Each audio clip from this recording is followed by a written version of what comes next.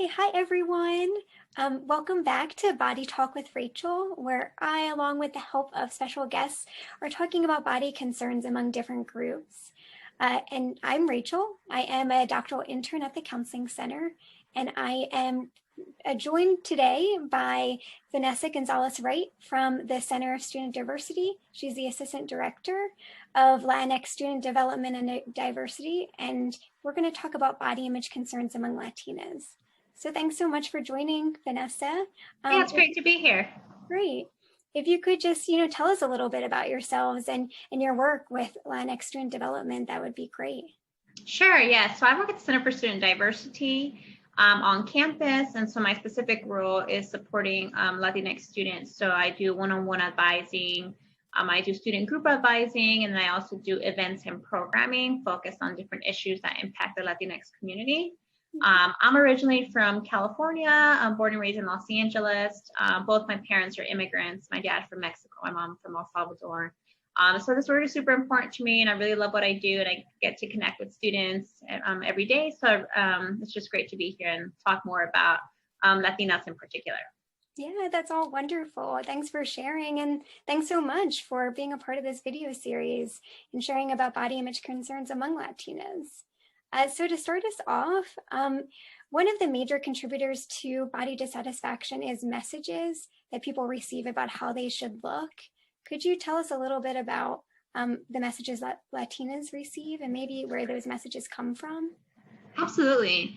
Yes, I definitely want to start off by mentioning that even though we're having this conversation and I'm being able to speak from my own experience as well as things that I've heard from students, I do not represent all of Latinas, and so just wanted to make that clear before we get started with the conversation.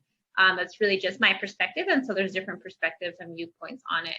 But I think a huge major contributor is definitely the media. I think there is a huge lack of representation of particularly Latinas in the media, and not only specifically Latinas, but also Latinas from different racial backgrounds, different ethnic backgrounds, different cultures. And so really, we end up really seeing a minimal amount of women to either look up to think about. And so thinking of like individuals like J-Lo or Shakira, and figures that I think are only one perspective of what a Latina looks like and where they come from. And so I think the experiences of other communities, I'm thinking specifically, for example, Black Latinx women are definitely excluded from the conversations of what does being a Latina what being a Latina looks like, or is not represented in media. And so I think definitely media plays a huge role in the way that even just us growing up as women see our own body image and what we see that is important to us. Yeah, and it seems as though how media portrays Latinas is such a small sliver of their experience, and likely perpetuating really unrealistic standards if that's not how someone is experiencing their bodies, feeling dissatisfied by not meeting that standard and not feeling like it's possible for them to achieve it.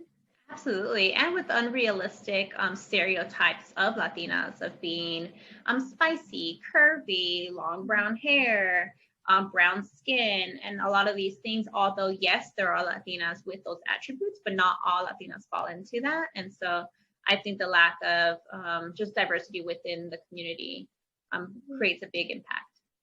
Yeah, I imagine. As you listed all of those different maybe expectations that there might be out there personality-wise, but also body attributes-wise, I'm just imagining the many ways that could affect Latinas as they're looking at these images and feeling like that they can't meet those standards.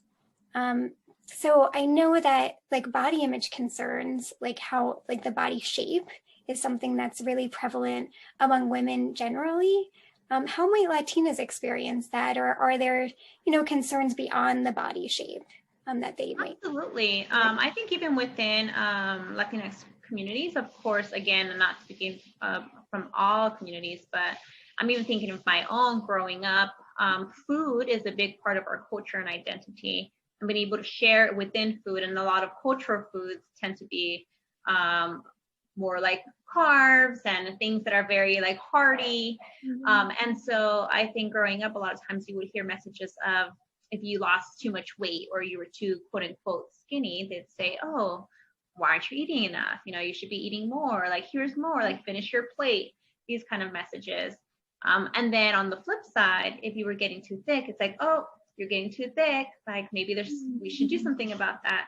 And so there's this expectation of always having to be this perfect amount of thick. So what people would call now like slim thick, this idea that you have to be slim and in shape, but then also curvy at the same time. So again, unrealistic expectations of what a woman's body looks like. Right. Wow. Like so unachievable to be slim and thick at the same time in that right amount. Wow. That seems really challenging to have those messages out there. I am also thinking about, how these might impact Latinas. So it sounds like there's maybe messages to eat certain foods and to enjoy them, but also to not enjoy them too much. Exactly. So maybe having impacts on the foods they eat. Are there other ways that these concerns and messages are impacting them?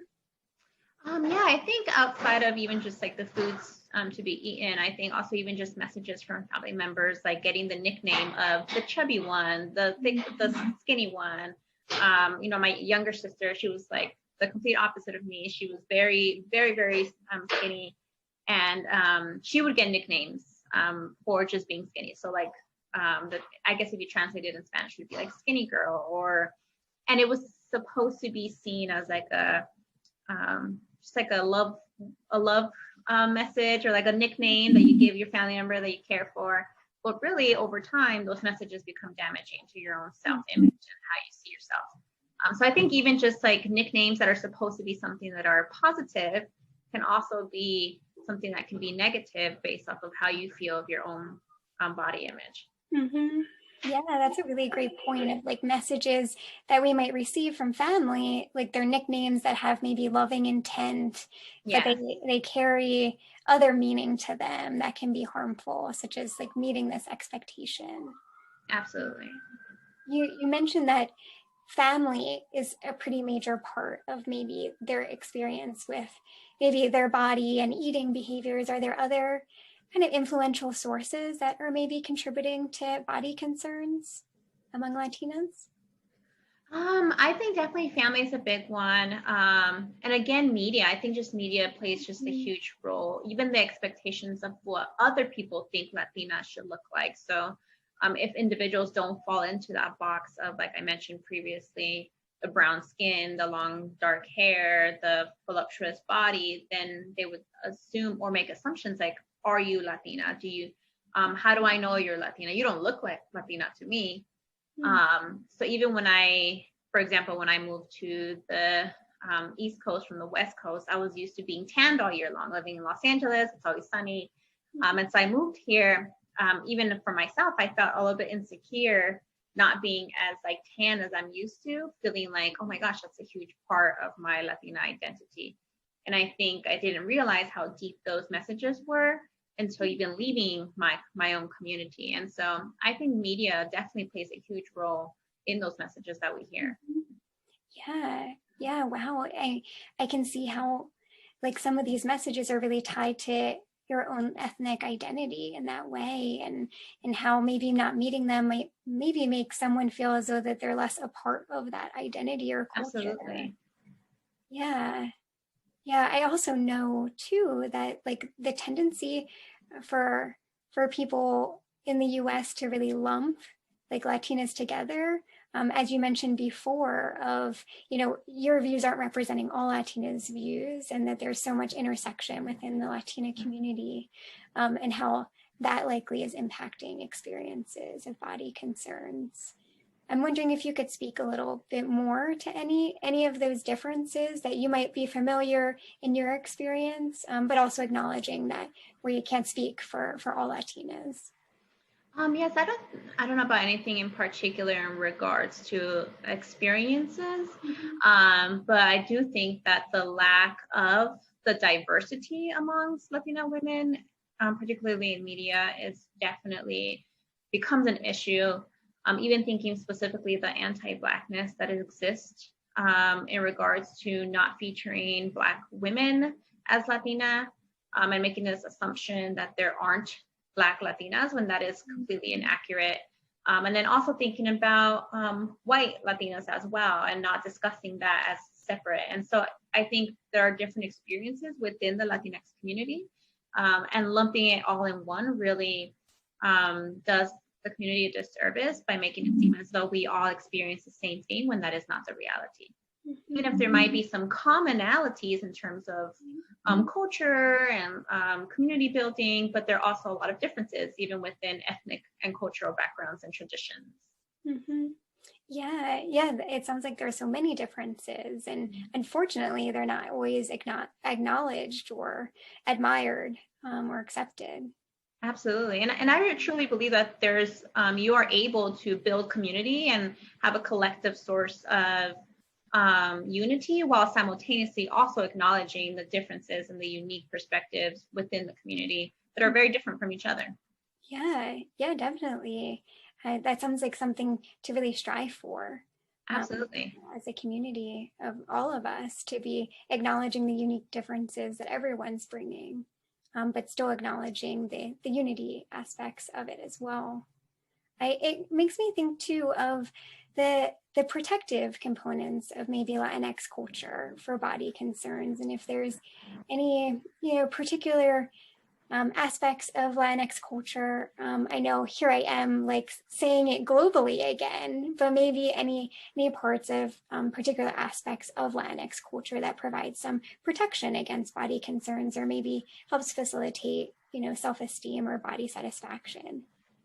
Yes, I think it's interesting how family and culture can definitely, depending on the circumstance and the messages, can be negative, like we mentioned previously, but then also simultaneously at the same time, there are aspects of community and culture that can lead to a greater sense of pride, cultural pride and identity, feeling like, oh, I have, for example, this nose because of my ancestral heritage that I am very proud of, and that I like that I have that, even if it's not necessarily your typical European-centric attributes that we see as beautiful in the media. And so I think there are certain things that if you grew up being taught that your culture is beautiful, that your identity is beautiful, that the way that you look, that's how my mother looks, my mother's beautiful. And so like these are I think when you get those messages, there's also a really powerful impact for a community and culture to really influence the way that we see and perceive ourselves. And I think growing up or being in a place that's very validating to your identity makes a huge difference. So for example, growing up in Los Angeles, being around other Latinas my whole life, I think that really positively impacted my own personal just self-love and ability to value what my body image, because I was able to see other people who look like me and have conversations with other women. Whereas maybe if I grew up in a place that didn't have as much of a presence of Latina women, it might have been more difficult for me to find my place and my identity. And so I feel like those things definitely impact the way you perceive yourself.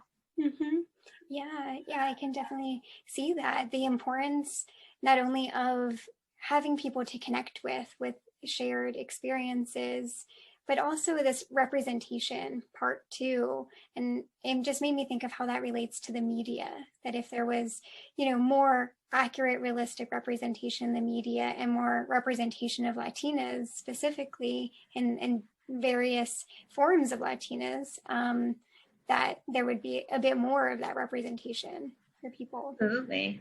And I think one of the things I haven't mentioned yet, but I think is important to know is for many immigrant communities in particular, this need to assimilate and to fall into the dominant culture really leads to having these messages of, oh, well, maybe you shouldn't eat too much, or all those things that we talked about earlier, wanting to help your child grow up and assimilate more to do better in society.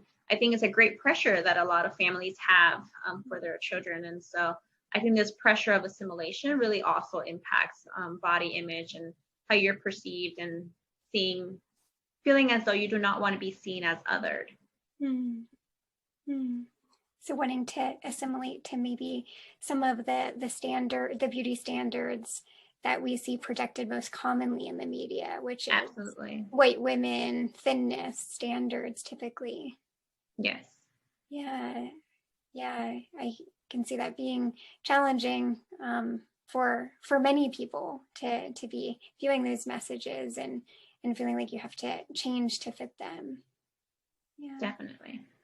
So, you've mentioned some really great tips already. But one question I just want to end our conversation with is, for those who might be suffering with body concerns right now, do you have any, recommendation or strategy you might tell them in how to help them improve their body satisfaction? Yeah, I think particularly with Latina women, I think finding a community of other Latinas to really speak about these issues, to have conversations that can be normalized about self-image and body image. I think not talking about it leads to more issues. And so really just trying to find that community. I know for myself, having mentors, having other powerful women in my life has been so impactful to my own identity development. And so I really recommend, especially young women, to really seek out those spaces for themselves. Mm-hmm. Yeah, what a wonderful tip. Speaking of which, I was wondering if you could just name some of the organizations or resources available to Latinx women at Towson that could be helpful for the Yeah, community. so particularly at Towson University, if you're a student and you want to be a part of a student organization, there are several to choose from, but we definitely have quite a range. And so LASO, which is a large organization on campus, is a Latin American student organization, even though it's not Latina focused, but they do have different conversations about Latinas, as well as they have their weekly meetings, and that is very well attended that you can be a part of. We have two sororities on campus that are Latina based, so LTA and SIA. And so those two organizations, these are exactly the things that we talk about together in regards to supporting each other and building that sisterhood. And so I highly would recommend to participate in any of those focused on Latinas, and as well as they are free to contact me as well. Please use me as a resource in any way possible. I'm always open to one-on-ones. Students will text me or FaceTime. We do Zoom meetings now during this virtual world. So please feel free to use me as a resource, and I can try to connect them with any other resources that they might need either on or off campus as well. Oh, that's so amazing, Vanessa. Thank you so much for sharing everything in this video, but also extending yourself to provide resources and support to those at Towson through your work. So thanks so much for being a part of this conversation. Thank you, Rachel. I appreciate it.